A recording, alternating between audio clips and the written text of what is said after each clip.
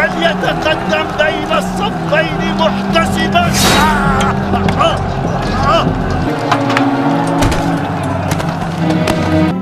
أيها الأمير، قتلنا عمار بن ياسر الذي يقول فيه رسول الله صلى الله عليه وسلم تقتله الفئة الباغية. ما بك يا أبا عبد الله؟ أنحن قتلناه؟ لقد قتله من جاء به. لقد قتله من جاء به. لقد قتله من جاء به.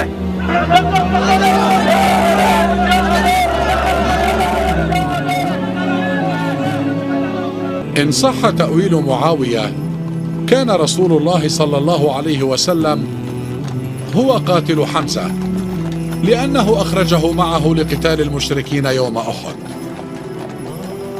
عمار بن یاسر رضی اللہ عنہ کو رسول اللہ صلی اللہ علیہ وسلم نے فرمایا تھا کہ تمہیں ایک باغی گروہ قتل کرے گا. یہ حدیث بالکل صحیح ہے، بخاری میں صحیح بخاری. تقتل الفئۃ الباغیہ، متواتر حدیث ہے. سیدنا عمار رضی اللہ عنہ کو باغی گروہ قتل کرے گا. آگے لکھا ہے کہ وہ حضرت امیر معاویہ رضی اللہ عنہ کے گروہ کی طرف سے قتل ہوئے. نہیں، حضرت علی کی طرف سے نہیں، حضرت امیر معاویہ کے گروہ کی طرح. یہ غلط ہے. سیدنا علی رضی اللہ تعالیٰ عنہ کے فوج میں وہ موجود تھے، ان کے گروہ میں، ان کے لشکر میں موجود تھے. اور قتل کرنے والے جو تھے وہ سامنے والے شامی لشکر میں تھے. اور قتل کرنے والا جو تھا ابو الغادیہ تھا. ابو الغادیہ شامی امیر معاویہ رضی اللہ عنہ کے لشکر میں تھا. ابو الغادیہ تو ابو الغادیہ جو ہے، اچھا تو اب یہ باغی والا جو ہے ہم فتویٰ نہیں لگاتے بھائی. اس مسئلے میں یہ ہے کہ صحابہ کرام دونوں طرف صحابہ کرام تھے. مسئلہ اجتہادی تھا. اجتہادی خطا کی وجہ سے جو ہے وہ یہ کہہ سکتے ہیں کہ بھائی سیدنا علی رضی اللہ تعالیٰ کا گروہ جو ہے وہ اقرب الی الحق کے، وہ حق پر ہے. دوسرا جو گروہ ہے، اگر کوئی اس کو باغی کسی نے کہا بھی نا تو وہ خطا اجتہادی کے معنی میں، یعنی باغی جو ہے وہ کافر نہیں ہوتا ہے. مسلمان باغی مسلمان بھی ہو سکتا ہے. قرآن کی آیت ہے وَإِن طَائِفَتَانِ مِنَ الْمُؤْمِنِينَ اقْتَتَلُوا فَأَصْلِحُوا بَيْنَهُمَا. مومنوں کی دو جماعتیں. تو ہم پھر بھی سیدنا معاویہ رضی اللہ تعالیٰ عنہ یا ان کی جماعت کو باغی نہیں کہتے بھائی. لیکن یہ بات بالکل صحیح ہے کہ سیدنا عمار رضی اللہ تعالیٰ عنہ کو باغی جماعت قتل کرنے والی حدیث بالکل صحیح ہے. آپ نے فرمایا وَيْحَ عمار تقتل الفئۃ الباغیہ یدعوہم الی الجنہ ویدعونہ الی النار. عمار کی کیا بات ہے. ایک باغی گروہ ان کو شہید کر دے گا اور وہ اس باغی گروہ کو جنت کی طرف بلاتے ہوں گے، اور وہ باغی گروہ ان کو جہنم کی طرف بلائے گا. یہ نبی کریم صلی اللہ علیہ وسلم کا فرمان ہے، اور اس پر ہمارا ایمان ہے کہ یہ صحیح روایت ہے. صحیح بخاری میں 447 اور صحیح مسلم میں 2915 نمبر پہ. السلام علیکم ورحمۃ اللہ. بات یہ جی کہ ایک ریکارڈنگ میری پہلے تھی امن پوری اسلامک سینٹر سے. بعد میں نے ایک خطبہ جمعہ کے اندر پر مجمع میں یہ بات کہی تھی کہ سیدنا عمار کے جو قاتل ہیں ابو الغادیہ ہیں، ٹھیک ہے، رضی اللہ تعالیٰ عنہ. تو اس پہ کیا مسئلہ ہے جی؟ ایک انسان اس کی تحقیق نہیں ہے، اس کو کوئی مسئلہ ہے، بعد میں اس کو ایک بات سمجھ آ گئی، پہ مانگے تو اللہ اعلان بات کر دی. کیا ہم غلطی نہیں کر سکتے؟ کیا ہم ایک بات سے رجوع نہیں کر سکتے حق کی طرف؟ یہی کہا نا کہ صحابی رسول نے ان کو شہید کیا تھا. تو اس میں کیا مسئلہ ہے جی؟ اور ہم حق بات معلوم ہونے کے بعد بے مانگے دوحل ایک بات کرتے. جو میرے دل کی بات ہے وہ یہ ہے کہ واللہ اگر کبھی اس زمانے کے اندر ہم موجود ہو یا میں محمد اشرف قادری موجود ہوتا تو میں تلوار اٹھا کے مولا علی رضی اللہ تعالیٰ عنہ کے ساتھ ہوتا اور مولا علی رضی اللہ تعالیٰ عنہ کی طرف سے حضرت امیر معاویہ کے لشکر کے ساتھ میں لڑتا بھی. کیونکہ یہ ہمارے عقیدے کا تقاضا. ناصبیوں کا نظریہ کیا ہے کہ جی دونوں مجتہد تھے. ہاں جی، اب ہمیں یہ فیصلہ کرنے کا حق نہیں پہنچتا کہ ہم کہیں کہ کس کا اجتہاد صحیح تھا اور کس کا اجتہاد غلط. بے قصور و بے خطا حضرت معاویہ، یہ نعرہ مہم ناصبیت ہے. اس سے ناصبیت کی بو آتی. یہ مرزا جہلمی چھپا ہوا رافضی اہل سنت کا لبادہ اڑا ہوا وہ بدبخت ہر وقت ہر ٹائم اس خاندان کے اوپر حملہ آور، اس خاندان کی توہین و تشنیع کرنا. ایک حدیث گڑھی ہوئی ہے، ایک حدیث گڑھی ہوئی ہے، ایک حدیث گڑھی ہوئی ہے، یعنی مفہوم گڑا ہوا. حدیث تو درست ہے کہتا ہے عمار کو فیا باغیہ قتل کرے گا، وہ عمار کو جہنم کی طرف بلاتا ہوگا، معاذ اللہ، وہ عمار کو جہنم کی طرف بلاتا ہوگا، اور یہ جو جہنم کی طرف بلانے والا گروہ تھا نا معاذ اللہ، یہ امیر معاویہ کا تھا، امیر معاویہ نے قتل کیا تھا، امیر معاویہ معاذ اللہ جہنم کی طرف بلانے والا۔ جہنمی کہتا ہے نہیں جی نہیں، وہ تو گروہ جہنم کی طرف بلانے والا۔ آپ نے اپنی ابتدائی ویڈیو میں حضرت امیر معاویہ کے بارے میں موقف نرم رکھا، مگر اب کچھ عرصہ سے آپ کھل کر ان پر اپنا موقف بیان کر رہے ہیں۔ اللہ تعالیٰ مجھے معاف کرے جی، جب میں نے نرم رکھا ہوا تھا موقف، ہاں تو میں نے مطلب آپ مجھے اب توبہ بھی نہیں کرنے دیں گے؟ اللہ تعالیٰ میری ان غلطیوں سے درگزر فرمائے کہ جب میں نے کبوتر کی طرح آنکھیں بند کی، واضح قرآن و احادیث کے ہوتے ہوئے اگر ایسے میں نے کیا تو اللہ مجھے معاف کرے، حالانکہ ایسا نہیں تھا، مجھے اس وقت اتنی چیزیں کلیئر نہیں تھی، سیدھی سی بات ہے۔ وہ تو میرے بھائی، اگر آپ میرے زمانہ بریلویت کی کوئی ویڈیوز ریکارڈ ہوئی ہوتی ہیں لا کے آپ میرے سامنے رکھ دیتے کہ انجینئر صاحب آپ تو پہلے یہ کہتے تھے اب یہ کہتے ہیں، تو میں آپ کو کہتا کہ بھائی اگر ہم قرآن و سنت کی روشنی میں پرانے بزرگوں کو غلط کہہ رہے ہیں تو اپنے آپ کو میں غلط نہیں کہوں گا قرآن و سنت کے دلائل کی روشنی میں؟ اس میں کون سی ایسی عیب والی بات ہے؟ وہ ایک کسی چینل نے وہ کلپ میرا اسی حوالے سے اپلوڈ کیا ہوا، حالانکہ میں ان باتوں کے جواب کئی دفعہ دے چکا ہوں، اور مختلف علماء وہ کہ پہلے یہ کہتا تھا فلاں یہ کہتا تھا، پہلے بھی جو میں کہتا تھا اس میں جو رسپیکٹ والا پہلو ہے وہ آج تک قائم ہے۔ میرے علاوہ اس پلانٹ ارتھ پہ کوئی بندہ ایسا نہیں ہے جو حضرت معاویہ رضی اللہ تعالیٰ عنہ کی قرآن، بخاری اور مسلم کی روشنی میں غلطیاں بتا کے انہیں رضی اللہ عنہ کہتا ہو اور غلطیاں بتاتا ہو۔ لوگ تو کہتے ہیں غلطیوں پہ پردہ ڈالو، یا دوسری طرف وہ ایکسٹریم پہ روافظ ہیں جو ان کی صحابیت کی بھی نفی کرتے ہیں، ان کو منافق بھی کہتے ہیں، نعوذ باللہ۔ ہم نے یہ نہیں کیا، ہم نے کبھی بھی حق کا راستہ نہیں چھوڑا، بالکل جو بات جس طرح یہ من و ان بیان کی ہے۔ وہ تو میں نے آپ کو بتایا کہ یہ فتنہ کھڑا کیا تھا ڈاکٹر ذاکر نائک نے 2009 کے اندر، جب انہوں نے یزید کو رضی اللہ تعالیٰ عنہ کہا اور وہ فتنہ پھیلا۔ As far as your understanding about the wall of Karbala, you said that Yazid, may Allah be pleased with him, Yazid, may Allah be pleased with him, Yazid, may Allah be pleased with him, that he was ferocious and he was a villain, etc. There's difference of opinion. We're not here to discuss about history, and neither do I want to get a difference in the Muslim Ummah. What we say, there's a difference of opinion between the Sahabas. That is history. جب doctor Zakir Naik کسی topic پہ بات کریں تو وہ کروڑوں مسلمانوں تک پہنچ گئی نا۔ 2 سال تک یہ سارے لوگ تماشا دیکھتے رہے، صرف ڈاکٹر تعلق قادری صاحب نے کوئی کلام کیا تھوڑا بہت، یا مولانا اسحاق صاحب نے، لیکن ظاہر ہے کہ ان کی بات اس طریقے سے پبلکلی نہیں پہنچی جس طرح پہنچنی چاہیے تھی۔ کسی اہل حدیث عالم نے آگے بڑھ کے یہ نہیں کہا کہ یار تجھے کیا تکلیف ہے کہ ایک کربلا پرانی ہو چکی ہے اور تم آج حضرت حسین کے مقابلے پہ اسے بھی میں اللہ پلیز ود ہم رضی اللہ عنہ کہہ رہے ہو، یزید کو کوئی شرم و حیا کرو، مسلمانوں میں فتنہ ڈال رہے ہو۔ کسی نے نہیں اس کو کہا، کیونکہ یہ ان کے اندر گھسی ہوئی ناسبیت کی تسکین ہو رہی تھی، کیونکہ یزید کو یہ برا تو نہیں سمجھتے۔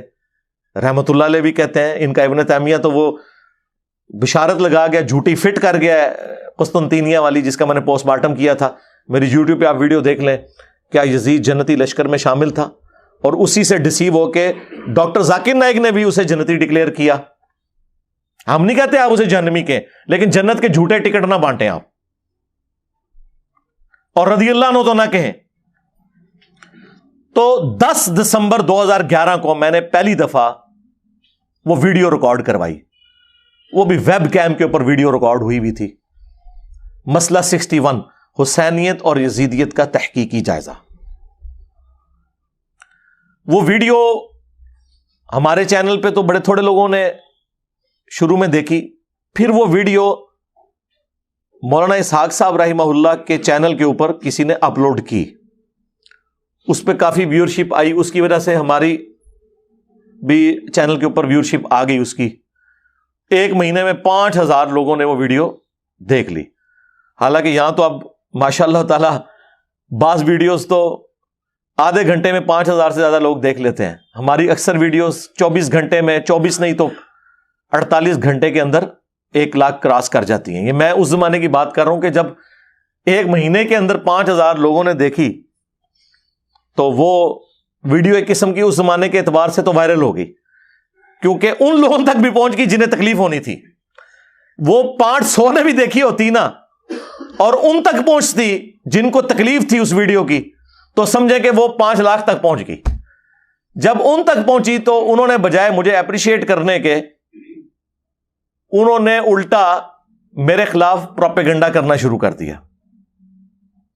اور مجھے چپ کروانے کے لیے انہوں نے یہ راستہ اختیار کیا کہ جی اگر آپ یزید کو برا کہیں گے تو پھر اس میں حضرت معاویہ بھی آئیں گے. اس وقت تک میں سیدنا معاویہ کہا کرتا تھا، آپ کو یاد ہے، ٹھیک ہے. یہ میں نے کچھ عرصے سے حضرت معاویہ کہنا شروع کیا، ٹھیک ہے. مجھے تو یہ شرم آتی ہے کہ میں سیدنا علی بول رہا ہوں اور اس کے مقابلے پہ ایک اور شخص کو جو ان سے جنگیں کرتا رہے میں اسے سیدنا کہہ کے پکاروں. ظاہر ہے میں اگر حضرت علی کے زمانے میں ہوتا تو میرے سید، میرے خلیفہ تو مولا علی ہوتے نا، تو ان کا مخالف تو میرا سید تو نہیں ہو سکتا نا، اس کے خلاف تو میں جنگ کر رہا ہوتا اس زمانے میں. تو لیکن رسپیکٹ اپنی جگہ ہم نے حضرت معاویہ کہا رضی اللہ تعالیٰ عنہ. تو اس وقت انہوں نے کہا کہ اس میں تو پھر ان کا نام بھی آئے گا. واللہ مجھے اس وقت تک آئیڈیا نہیں تھا کہ یہ کام ڈالا کس بندے نے.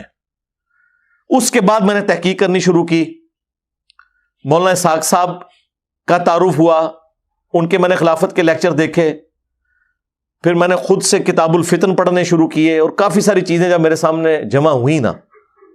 لیکن یہ بھی 3 سال کا عرصہ اس میں گزرا. یہ ویڈیو ریکارڈ ہوئی تھی 10 دسمبر 2011 کو، اور پھر جا کے 2014 کے اندر دسمبر میں نے وہ ان کے اوپر علمی ایٹم بم پھاڑا. وہ جو اہل حدیث کی مسجد میں میرا لیکچر ریکارڈ ہوا، مسئلہ نمبر 101، صحیح مسئلہ خروج اور فکر حسین حق پرستی کی علامت ہے. مسئلہ 101 جس میں نے جنگ جمل، صفین، نہروان اس کے حوالے سے کھل کے گفتگو کی. وہ سمجھیں کہ تحویل قبلہ تھا. وہ میری پہلی دفعہ اناؤنسمنٹ تھی اس حوالے سے کہ یار یہ مسئلہ خراب کس نے کیا ہے. لیکن اس میں بھی آپ دیکھیں رسپیکٹ والی بات تھی. اس وقت تک میرے کربلا والے ریسرچ پیپر میں صرف 50 احادیث تھیں. پھر جب یہ اعتراض کھڑے کرتے کہ میں حدیثیں بڑھاتا گیا، اب 200 سے زیادہ ہو چکی ہیں. کربلا والا ریسرچ پیپر جو ہے، واقعہ کربلا کا حقیقی پس منظر 72 صحیح الاسناد احادیث کی روشنی میں جڑیں بڑھو، تو اس میں جو حدیثیں بخاری مسلم سے لکھی ہیں انہیں فراڈ ڈکلیئر کرو تاکہ ہم آپ سے حجیت حدیث کا مقدمہ لڑیں. یہ کیا بات ہوئی کہ یہ رافضیوں والی باتیں کر رہا ہے؟ تو مجھے تو اس سے کوئی فرق نہیں پڑے گا. آپ جتنا چیخیں گے اتنا آپ کا نقصان ہوگا. آپ جتنا بنو امیہ کا دفاع کریں گے بچنا تو اس نے کوئی نہیں ہے، کیونکہ بخاری مسلم کھڑی ہے نا بنو امیہ کے خلاف. انجینئر صاحب تو نہیں کھڑے ہوئے، ہم تو ڈاکی ہیں. ہم بخاری مسلم میں رفع الیدین کی حدیثوں کو بھی مانتے ہیں اور اس حدیث کو بھی مانتے ہیں، تقتلہ الفئۃ الباغیہ. ہاں وہی عمار، افسوس ہے عمار. تقتلہ الفئۃ الباغیہ یدعوہم الی اللہ یدعوہم الی الجنہ، دونوں الفاظ موجود ہیں، ویدعونہ الی النار. عمار افسوس، تجھے ایک باغی جماعت قتل کرے گی، تو انہیں اللہ اور جنت کی طرف بلا رہا ہوگا اور وہ جماعت تجھے جہنم کی آگ کی طرف بلا رہی ہوگی.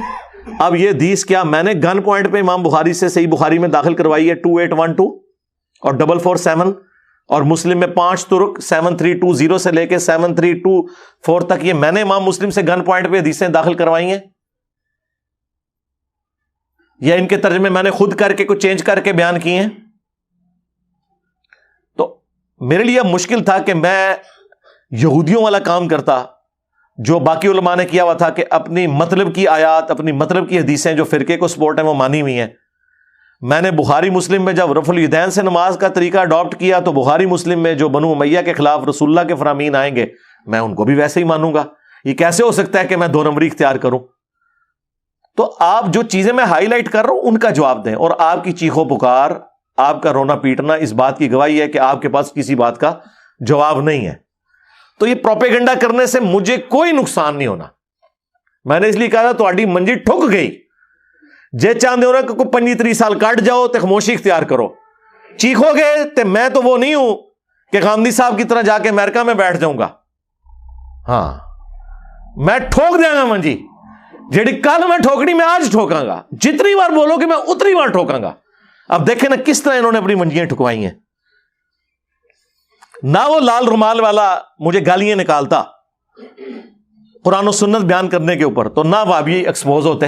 تو وہ اہل سنت میں سے لوگوں کو خریدتے ہیں جنہوں نے لبادہ اہل سنت کا پہنا ہوا ہوتا ہے، اور حقیقت میں وہ رافضیت کے گندے نطفے ہوتے ہیں، جس کی بہت ساری مثالیں ہمارے سامنے موجود ہیں۔ اسحاق جھال والا مردود اسی قسم کے انسانوں میں سے تھا، انجینئر مرزا مردود اسی قسم کے انسانوں میں سے ہے۔ رافضیت کے پیسوں پہ پلنے والا، ایران کے ٹکڑوں پہ پلنے والا یہ جانور صحابہ کے بارے میں اپنی زبان گندی دراز کرتا ہے، اور حقیقت میں اس کا من پلیت ہے، اس کے ماننے والے اس سے بڑے پلیت ہیں۔ 10 سال میں نے صبر کیا، میں نے اہل حدیث کو کبھی وہابی نہیں بولا تھا، اور ہمیشہ یہ کہا کہ قرآن و سنت کے سب سے زیادہ قریب ہے۔ آج بھی میں کہتا ہوں منٹ 100% ٹھیک ہے اگر اس پہ عمل کریں۔ جس طرح میں کہتا ہوں کہ یہودیوں اور مسلمانوں کا اگر کمپیریزن کروایا جائے تو مسلمان حق پہ ہیں، لیکن اس کا یہ مطلب نہیں کہ مسلمان شرابی ہے، چور ہے تو یہ شراب پینا، چوری کرنا، زنا کرنا حلال ہو جائے گا۔ مسلمان حق پہ ہے اگر اسلام کے مطابق چلے، اہل حدیث بھی حق پہ تب ہوں گے جب احادیث کے مطابق چلیں۔ اگر وہ کہیں گے ہم نے اپنی مطلب کی حدیثیں ماننی ہے، دوسری بخاری مسلم میں بھی ہوں، تو ہم نے کبوتر کی طرح آنکھیں بند کرنی ہے، تو اس طریقے سے تو کام نہیں چلے گا۔ تو میں جو کچھ پہلے کہتا رہا اس سے کوئی نفی نہیں کی، صرف ایک چیز میں نے اس وقت بیان کی تھی کہ ہم اس طرح کی ڈسکشن کو نہیں کرتے، اور وہ اس وجہ سے کی کہ ہمیں انہوں نے یہ پڑھایا تھا۔ جب بعد میں نے پڑھا کہ یہ جو لوگ ڈسکشن سے منع کرتے ہیں یہ تو خود اعلان کر رہے ہیں کہ چور کی داڑھی میں تنکا، یہ تو حنفی بھی کہہ رہے ہیں کہ یہاں پہ چونکہ حنفیوں کی اکثریت ہے لہٰذا رفع الیدین والی حدیثیں بخاری مسلم کی بیان نہیں کرنی چاہیے، اس سے فتنہ کھڑا ہوتا ہے۔ اونچی آمین کی حدیثیں نہ بیان کریں، فتنہ کھڑا ہوتا ہے۔ اور بریلوی کہتے ہیں کہ جی قل انما انا بشر مثلکم نہ پڑھیں، نبی الاسلام کی تنقیص کا پہلو اس سے نکلتا ہے، فتنہ کھڑا ہوگا۔ تو ان ساری باتوں کے جواب میں ہم کیا کہتے ہیں؟ رکو ذرا، صبر کرو، ہم یہ پڑھیں گے بھی اور تمہیں صحیح فہم بھی سمجھائیں گے ان احادیث کا، ان آیات کا۔ کیا ہم اس سے آنکھیں بند کر لیتے ہیں؟ اہل حدیث کو کیوں غصہ آتا ہے جب بریلوی کہتے ہیں کہ جی تو کوئی آیت نہیں لبھی قرآن چوں، ہر ممبر تے قل انما انا بشر مثلکم، تسی پڑھو وما ارسلناک الا رحمتا للعالمین، آپ پڑھیں من یطع الرسول فقد اطاع اللہ، آپ پڑھیں قل ان کنتم تحبون اللہ فاتبعونی یحببکم اللہ، انا ارسلناک شاہدا ومبشرا ونذیرا، ان اللہ وملائکتہ یصلون علی النبی اللہم صلی علی محمد وعلی آل محمد۔ جب وہ کہتے ہیں کہ یہ تم لوگ یہ آیتیں کیوں پڑھنے پہ زور نہیں دیتے اور صرف یہی پڑھتے ہو، تو ہم کیا انہیں کہتے ہیں؟ یہ اہل حدیث کیا کہہ رہے ہوتے ہیں اس وقت کہ نہیں جی یہ عقیدے کی بات ہے۔ سرکار یہ عقیدہ نہیں ہے جہاں پہ جنت اور جہنم کا فیصلہ ہو رہا ہے، اور دوسری طرف یہی آپ کو کہتے ہیں وہ جی مولا علی کا قول ہے، مرفوع سند بھی ہے اس کی، مشکات کے اندر مسند احمد کے حوالے سے، طبرانی کے حوالے سے، اور موقوفاً روایت فضائل صحابہ احمد بن حنبل کی کتاب میں، اور یقیناً یہ غیبی خبر رسول اللہ کے بتانے پہ ہے، نبی الاسلام کے الفاظ سے بھی ہے، اس کی سند کمزور ہے، لیکن جو مولا علی سے ہے وہ سند بالکل ٹھیک ہے۔ نبی الاسلام نے مولا علی سے فرمایا کہ تیری مثال میری امت میں عیسیٰ ابن مریم کی سی ہے۔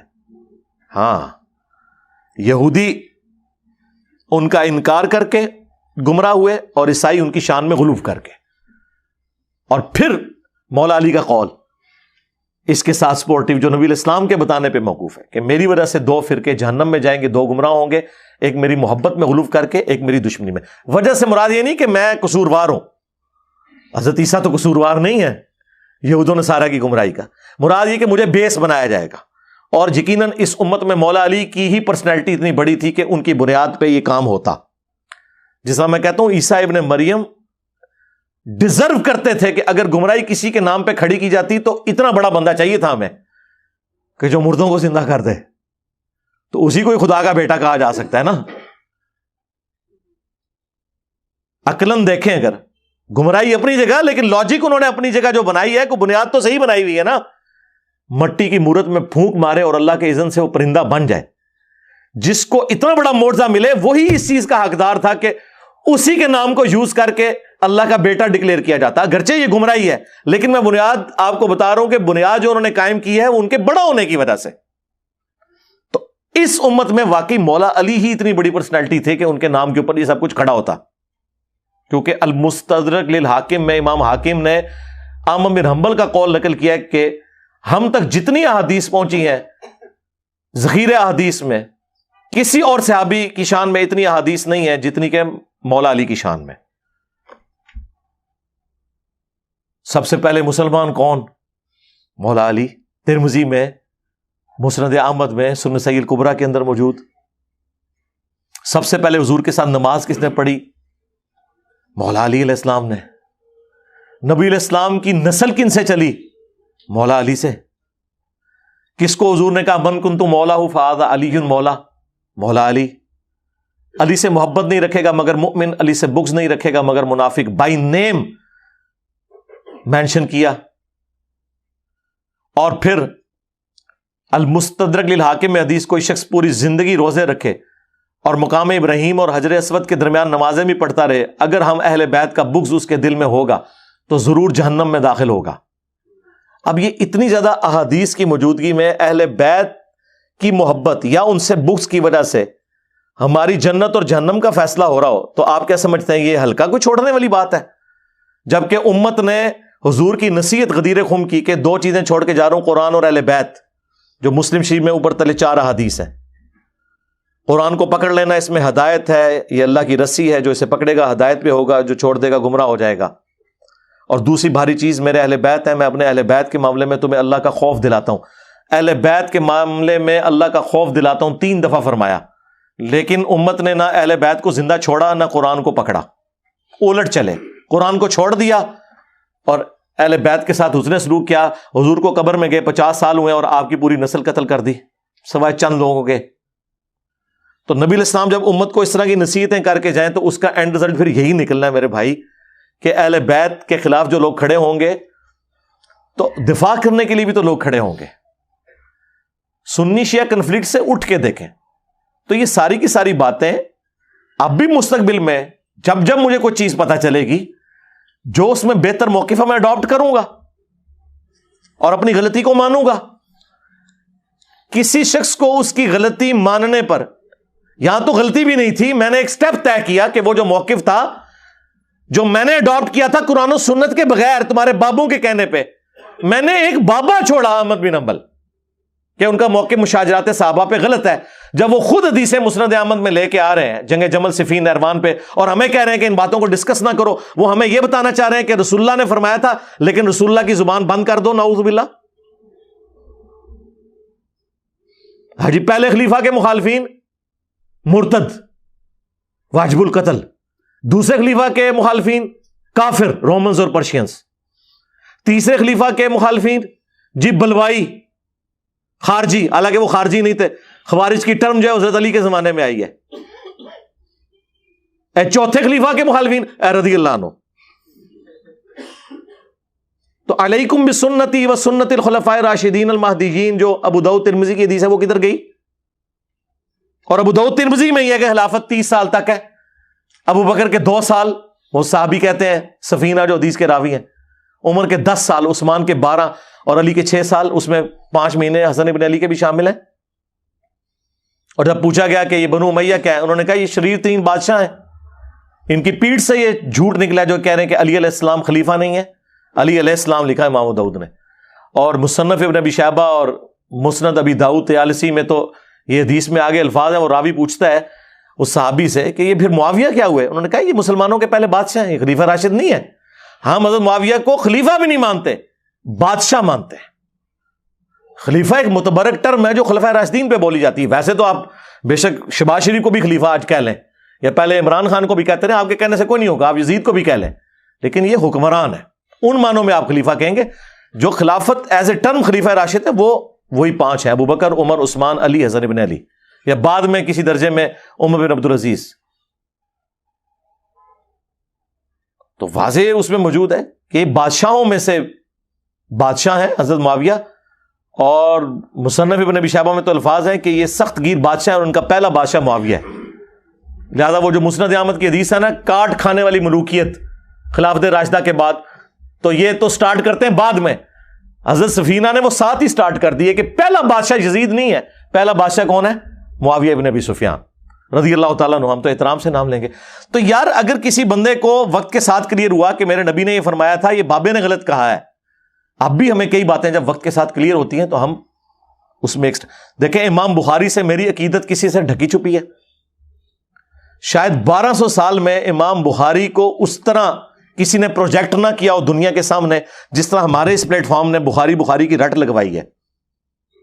اہل حدیث نے کیا لیکن وہ اپنے فرقے کی حد تک نا, پوری دنیا میں تو ان کو کیا اوقات ہے آپ کو پتا ہے.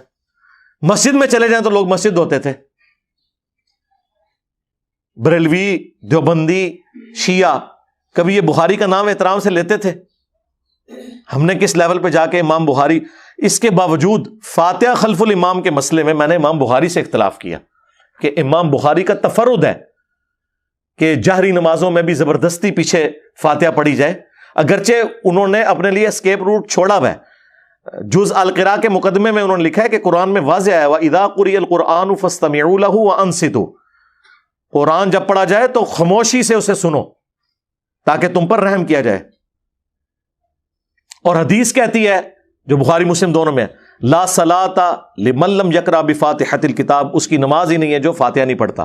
تو امام بخاری نے مقدمے میں اپنی کتاب کے لکھا ہے کہ ہم نے قرآن پہ بھی عمل کرنا ہے, حدیث پہ بھی کرنا ہے, تو اب کیا کریں؟ تو انہوں نے کہا سلف یہ کرتے تھے کہ سکتہ کیا کرتے تھے, جب امام قرات کر رہا ہوتا تھا پیچھے کوئی فاتحہ نہیں پڑھتا تھا, اس وقفے میں پڑھتا تھا. جو ابو داؤد میں حدیث ہے نبی علیہ السلام کے 2 سکتے ہوتے تھے, ایک فاتحہ سے پہلے ثنا پڑھنے کے لیے اور دوسرا رکوع میں جانے سے پہلے, وہ ہر رکعت میں ہوتا تھا. امام بخاری نے اپنے آپ کو بڑا بچایا ہے, انہوں نے جو ہے وہ قرآن پہ بھی عمل کی بات کی, حدیث پہ بھی عمل کی بات کی. لیکن یہاں پہ اہل حدیث کہتے ہیں نہیں, امام پڑھ بھی رہا تب بھی دب کے رکھو. اور میں نے بھی یہی کہا تھا 2014 تک, میں یہ کہتا رہا ہوں, ایون 2014 چھوڑ دیں 2017 تک یہی کہتا رہا ہوں. پھر میری وہ نیو فاتح خلف الامام والی ویڈیو ریکارڈ ہوئی جس میں نے کہا یہ غلو پہ مبنی ہے. جہری نمازوں میں سکتے اگر امام کرے تو بہت اچھی بات, اگر نہ بھی کرے تو آپ کا سن لینا پڑھنے کے حکم میں داخل ہے, اور یہ امت کی اکثریت کا موقف ہے. امام حنیفہ تو خیر سائڈ پہ ہیں, وہ تو یعنی اس میں کور ہو ہی جائیں گے. احمد بن حنبل, امام شافعی, امام مالک, خصوصاً امام مالک, اور خود اہل حدیث کے یہاں بڑی پرسنالٹی ابن تیمیہ, ان کا یہی موقف ہے. اور میں نے پورا وہ پھر ڈاکٹرن کلیئر کیا. میں نے امام بخاری سے اختلاف کیا اس مسئلے میں, رسپیکٹ اپنی جگہ.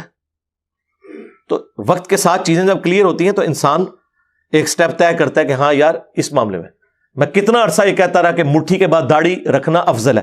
میری مٹھی سے زیادہ ہے, میں نے کبھی کاٹی نہیں ہے, ضرورت ہی نہیں پڑی, نیچرلی اتنی ہے, سچی داڑھی ہے.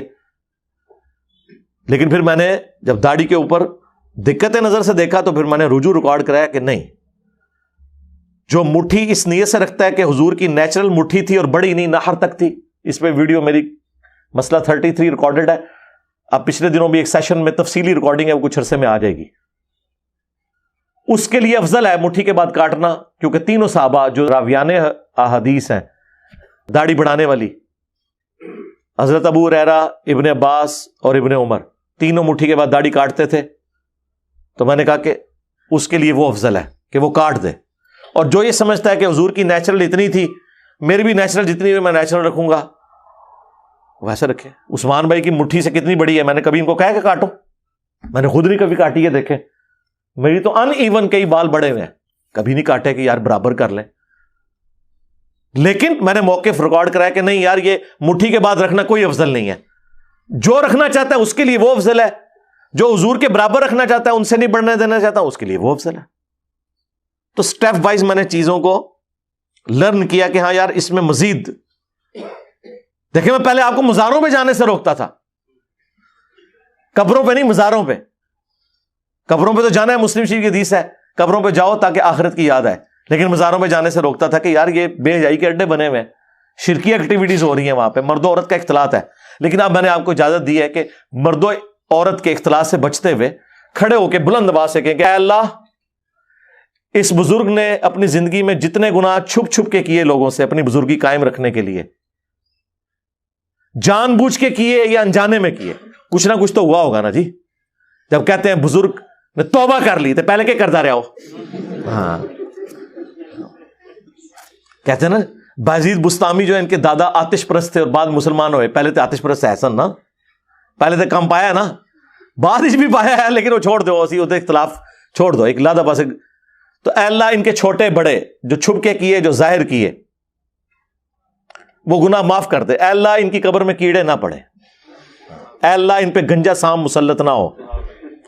تو یہ بلند آواز سے وہاں دعائیں کریں اور جائیں جس مزار پہ آپ نے جانا. دیکھیں میں نے رجوع ریکارڈ کروایا ہے نا, تو میرا رائٹ ہے, ٹھیک ہے. اس اعتبار سے جہاں جہاں کوئی چیز کلیئر ہوتی ہے میں مزید ایک سٹیپ, ایون جہاں غلطی ہوئی ہے وہ بھی میں نے ہائی لائٹ کی کہ مجھ سے بعض اوقات یعنی اگنورینس میں نے وہ چپل الٹی کرنے والے مسئلے میں الیاس قادری صاحب کے اوپر ٹانٹ کیا تھا. وہ ویڈیو 4 لاکھ لوگ دیکھ گئے. مجھے بعد میں کسی نے بتایا کہ انہوں نے تو اس کے الٹ بات کی ہوئی ہے, انہوں نے تو وہی بات کی جو آپ نے کی ہوئی ہے. وہ مجھے کسی بھائی نے کہا کہ میں نے کلپ دیکھا, اس کے بعد میری توبہ, میں جب تک کلپ خود نہ دیکھوں نا میں تو کسی کے بارے میں کوئی رائے قائم ہی نہیں کرتا. میں نے اس کے اوپر رجوع ریکارڈ کروایا. پچھلے دنوں بھی میں وہ ایک ضمناً ایک پرچی پڑھ رہا تھا, وہ یعنی قبر کے حوالے سے کہ یہ جو زیادہ ہنسنا, اس میں اب ظاہر ہے وہ تو حدیث ابن ماجہ میں اور ترمذی میں موجود ہے, لیکن میرا اس طرف دھیان اس وقت نہیں گیا. میں نے وہ باپا جانی دماغ پہ چڑھ, میں نے کہا یہ باپا جانی کا فرمان ہے, یعنی وہ جو ایک ہنسنے کے خلاف ایک مہم کھڑی کی ہوئی ہوتی ہے نا کہ بدل ہر وقت جو ٹسوے بہاتا رہے یا روتا رہے وہ کوئی مومن ہوتا ہے اور ہنسنا کوئی برا کام ہے. تو میں اس کانٹیکسٹ میں کرتے کرتے میں نے وہ حدیث تو میرے ذہن سے اتری ہوئی تھی. وہ بعد میں مجھے پھر کسی نے کہا کہ آپ نے یہ تو حدیث میں بھی الفاظ ہے. میں نے کہا یار وہ تو میں مزاح کے حق میں بات کر رہا تھا, میں وہ تو حدیث میرے ذہن میں نہیں تھی اس وقت. میں نے پھر اس کی کلیریفیکیشن بھی ریکارڈ کروائی. تو جہاں کوئی مسئلہ مس ہینڈل ہو جاتا ہے تو وہ آپ اس کو بجائے اپریشیٹ کرنے کے آپ اس کو اس کا نیگیٹو پوائنٹ بنا کے پیش کریں, تو یہ تو ہماری خوبی ہے. تو آپ لوگوں کے لیے تو میں ٹھیک کہتا ہوں کہ آپ کے جتنے بزرگان دین ہیں, آپ کے جتنے مفتی اعظم ہیں, اگر یہ قادیانیوں کے گھر پیدا ہوتے تو قادیانی مرتے, کیونکہ یہ تو رجوع کرتے ہی نہیں اپنی غلطی پہ ہیں. لیکن میرے بارے میں تو کوئی نہیں کہہ سکتا, میں 7100 فرقے پھر بیٹھا ہوں بھی کوئی صحیح گال پتہ لگے گی وہ میں یعنی بات اڈاپٹ کروں گا قرآن و سنت کے دلائل کی روشنی میں. تو وقت کے ساتھ انسان کو جب کوئی چیز کلیئر ہو تو اسے فوراً مان لینا چاہیے. جب مجھے پتا چلا کہ یار یہ امت کے ساتھ بہت بڑا دھوکہ ہوا ہے, اور یہ مولانا مودودی نے خلافت و ملوکیت لکھ کے جو امت پہ احسان, اور یہ خلافت و ملوکیت تو میں نے اپنے لیکچر کے بعد پڑھی ہے, 2012 میں جا کے میں نے یہ پڑھی تھی. پھر میں نے اس پہ نہیں اکتفا کیا, میں نے بخاری مسلم سے 200 احادیث جمع کی ہیں. وہ پمفلٹ عربی میں بھی ہے, اردو میں بھی ہے, اور ہندی میں بھی ہے, انگلش میں بھی ہے, بنگلہ زبان میں بھی ہے. ہماری ویب سائٹ سے آپ ڈاؤن لوڈ کریں اور بتائیں کہ یہ جو باقی چیزیں چھوڑ دیں جو ادر دین بخاری مسلم ہے, اس میں تو آپ لچ تلیں گے کہ ہمارے نزدیک صحیح نہیں ہے, حالانکہ آپ کے ابے اسے صحیح کہہ کے گئے ہوں گے. شیخ البانی بھی, شیخ زبیلی زئی بھی, امام حاکم بھی, امام زاہبی بھی, آپ کو وہ کوئی نظر نہیں آئے گا. صرف آپ اپنے ماموں کو بچانے کی خاطر ہر حدیث کو آپ کاٹتے چلے جائیں گے. بخاری مسلم کا کیا کرو گے؟ اور تمہارے پوری کے پوری یہ ماموں پارٹی کی موت ایک حدیث ہے, تقتلہ الفئۃ الباغیہ یدعوہم الی اللہ ویدعونہ الی النار. ایک حدیث ہی آپ کی پوری ماموں پارٹی کی موت ہے. ایسا کچھ کرو, وہ بھی ویسے کچھ کر دے میرے بچوں, کرنے کی کوشش کر رہے ہیں, جو مرضی کر لیں, یہ تو آپ کے گھاٹے فٹ ہوئی ہوئی ہے. تو اب بھی کوئی صحیح بات پتہ چلے گی انشاءاللہ میں اس کے اوپر نیکسٹ ورژن اڈاپٹ کروں گا انشاءاللہ. یہ تقاضا ہے ایک مومن کا. صلو علی محمد وآل محمد, اللہم صلی علی محمد وعلی آل محمد واصحاب محمد وازواج محمد اجمعین الی یوم الدین.